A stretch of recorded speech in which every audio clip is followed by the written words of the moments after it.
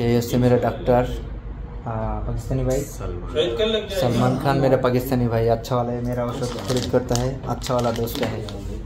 ठीक है बांग्लादेशी भाई हिंदी আসসালামু আলাইকুম।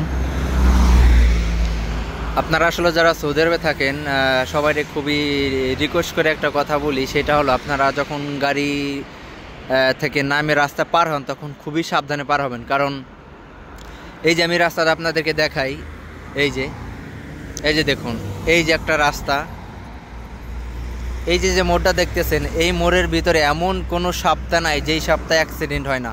তাও একটা দুইটা না, এক সপ্তাহে এমনও আছে 3 দিন 4 দিন পর্যন্ত অ্যাক্সিডেন্ট হয় এই জায়গাটা।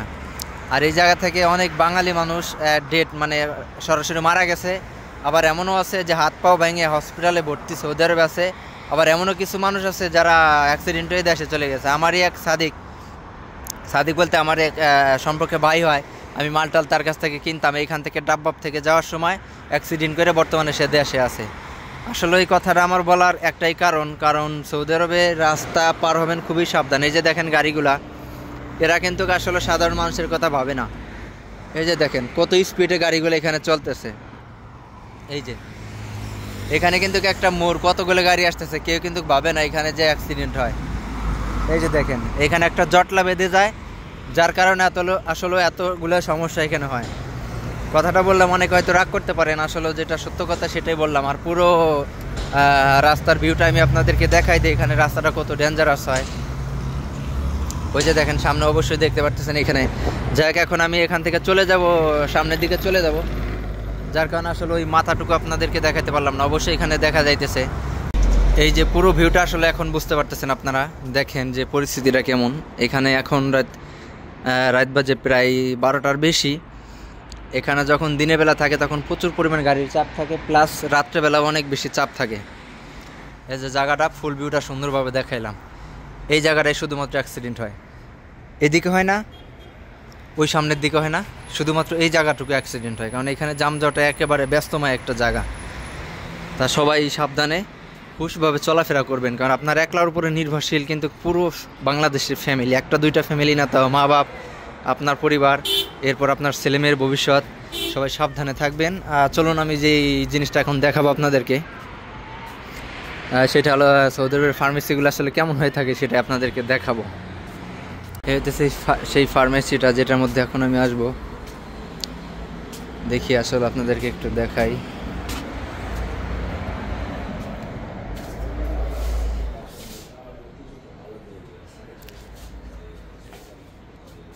अस्सलाम वालेकुम।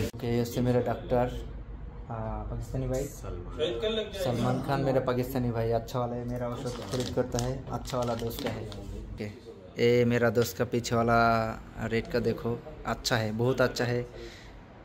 मैं बांग्ला बोलता है, बांग्ला नहीं बोलता है तो बांग्लादेश नहीं बुझेगा। ओके, তা যেটা বলতেছিলাম আর কি, দোকানগুলো আসলে কত সুন্দর হয় দেখেন। এই যে ফার্মেসিগুলা, সব ওষুধ এখানে সাজানো থাকে, এখানে সব ধরনের ওষুধ থাকে, একেবারে টোটাল সব ধরনের ওষুধ থাকে। এই হচ্ছে আমার দোষ, খুবই ভালো একটা ডাক্তার, আচ্ছাওয়ালা এক ডাক্তার হ্যাঁ। ওকে, তা প্রথমে বলছিল দেখ ভিডিও করিস না, আমাদের এগুলো ভিডিও করলে বলো দেয় দেখলে সমস্যা হয়। পরবর্তীতে ওরা আমি বললাম দেখ আমি এরকম হালকা পাতলা একটু ভিডিও করি, তোর দোকানটা আমি একটু দেখাইতে চাই বাংলাদেশের ভাই ব্রাদাররা। তখন বললো যে কোনো সমস্যা নাই, তুই ভিডিও কর।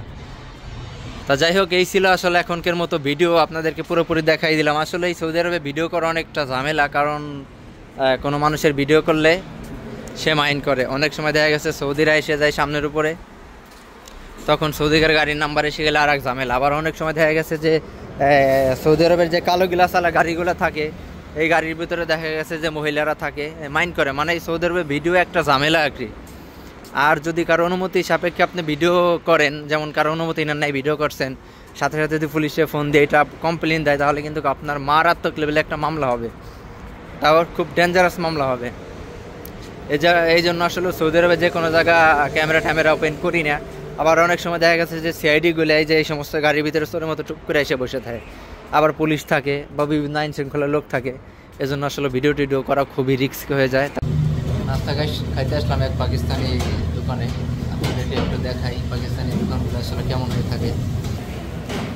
এই হচ্ছে পাকিস্তানি দোকানের বাইরে পরোটা বানাইতেছে,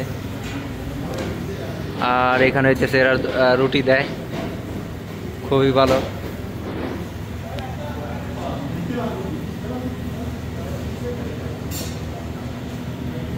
দেখি কতক্ষণ পর নাস্তা আসে, দেখে আপনাদেরকে সবই দেখাবো। দেখা ঠিক আছে। বাংলাদেশি ভাই, हिंदी बांग्लादेशी माशाल्लाह। ये बांग्लादेशी है, ये मैं पाकिस्तानी।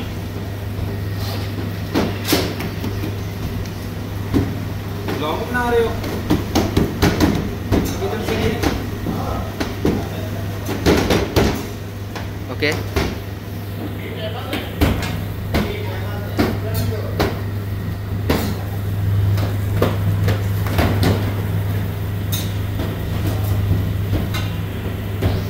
হচ্ছে খানার আইটেমগুলা। খানাটা খুবই ভালো পাকিস্তানি এক হোটেলে, একদম পাকিস্তানি ও দেশীয় যে খাবারগুলো আছে সেইগুলো এখানে পাওয়া যায়। এই হচ্ছে খানার আইটেম, খুবই সুন্দর। এগুলো সব পাকিস্তানি যে অরিজিনাল খাবারগুলো আছে সেগুলা।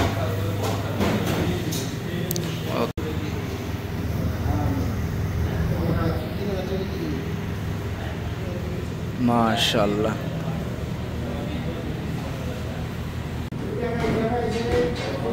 রুটিগুলো আসলে খুবই নরম, একদম সফট, তেল একটু বেশি। মাশাআল্লাহ, খাইতে খুবই ভালো। এটা হচ্ছে ছোলা, পাকিস্তানের যেটাকে আসলে সোনা বলে, খুবই সুস্বাদু।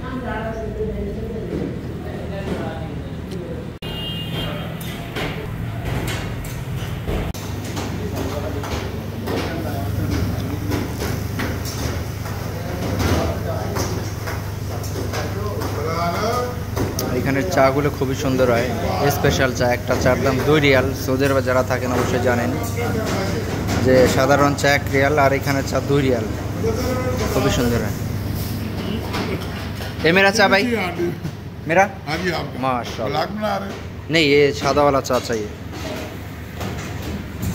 उठा, ये भाई का चाय वाला अच्छा वाला चाय है। ये मेरा मुदिर का है।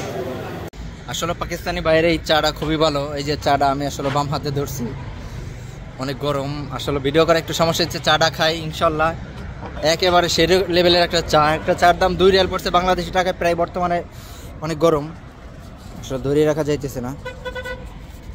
ওকে, এবার উপরে ধরছি। একটা চার দাম 2 রিয়াল বাংলাদেশি টাকায় প্রায় 30-60 টাকা, আর হলো 6 টাকা, প্রায় 64 টাকার মতো একটা চার দাম। মাশাল্লাহ, চাটা খাইতে। সবাই ভালো থাকবেন, সুস্থ থাকবেন। এই পর্যন্ত ছিল। আসসালামু আলাইকুম।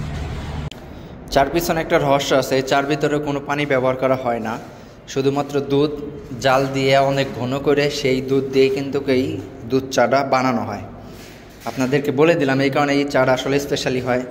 আর অনেক জায়গা কিন্তু এই দুধ চার ভিতরে পানি ব্যবহার করে, যার কারণে চা মজা লাগে না। এটার ভিতরে কোনো পানি নেই।